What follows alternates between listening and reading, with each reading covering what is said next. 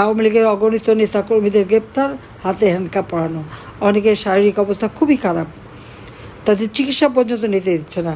দীপুমণি বিছনায় থেকে উঠতে পারে না, এই অবস্থা, তাকে ডাক্তার দেখাতে দেবে না। ফারুক খান একই অবস্থা, অসুস্থ।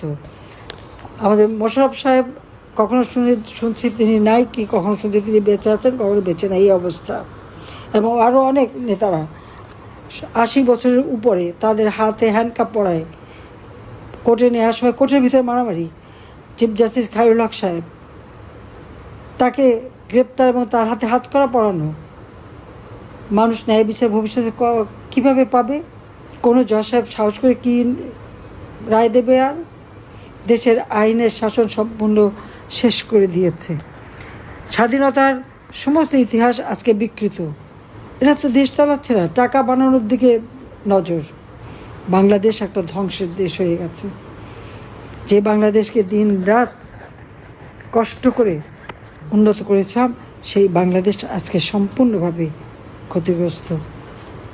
একটা কাজ করতাম যখন খুব সুন্দরভাবে গড়ে উঠতো, খালি মনে হতো আমার আব্বা যদি দেখে যেতে পারতেন, তার বাংলাদেশটাকে আমি কত সুন্দরভাবে গড়ে তুলেছি। আজকে আর কোনো মানুষ খাদ্যের জন্য হাহাকার করে না, বাংলাদেশে কোনো দুর্ভিক্ষ হয় না, মানুষের এখন আর ছেঁড়া কাপড় না, মানুষ ভালো কাপড় চোপড় পরতে পারে।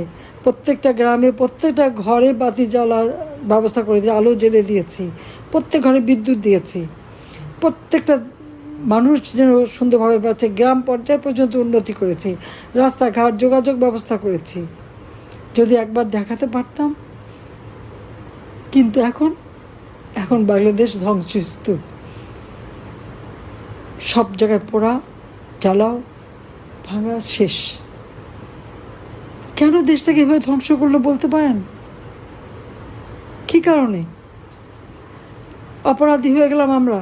কি অপরাধ করলাম? আমাদের দুর্নীতি, আমি রেহানা, আমাদের ছেলেমেয়ের দুর্নীতি। 2001-এ বিএনপি এসে খোঁজ করেছে। এরপর ইউনূস যখন তার 10 বছর বেআইনিভাবে এমডি পদে থেকে তার পদ হারালো, আমাদের পদ্মা সেতুর টাকা বন্ধ করে দিল। নিজের অর্থে পদ্মা সেতু তৈরি করলাম। জাতির পিতা বলেছিলেন না, কেউ দাবায় রাখতে পারবে না, দাবায় রাখতে পারেনি। কিন্তু সেটাই কাল হয়ে গেল। বাংলাদেশ সারা বিশ্ব উন্নয়নের রোল মডেল হিসেবে মর্যাদাপূর্ণ ছিল, আজকে শেষ। এখন জঙ্গির দেশ। কেন বাংলাদেশটাকে এভাবে ধ্বংস করলো? আমি তো ছেড়েই এসেছিলাম, আমি তো লাশ চাইনি। ওইভাবে ক্ষমতায় থাকতে গেলে তো অনেক লাশ পড়তো। আমি যে মানুষের জীবন উন্নতি করেছি, সেই মানুষের জীবন নিয়ে তো আসবে। তারপর সব মিথ্যা মামলা আমাদের উপরে। যে আইনে যুদ্ধ বিরোধীদের বিচার করেছে,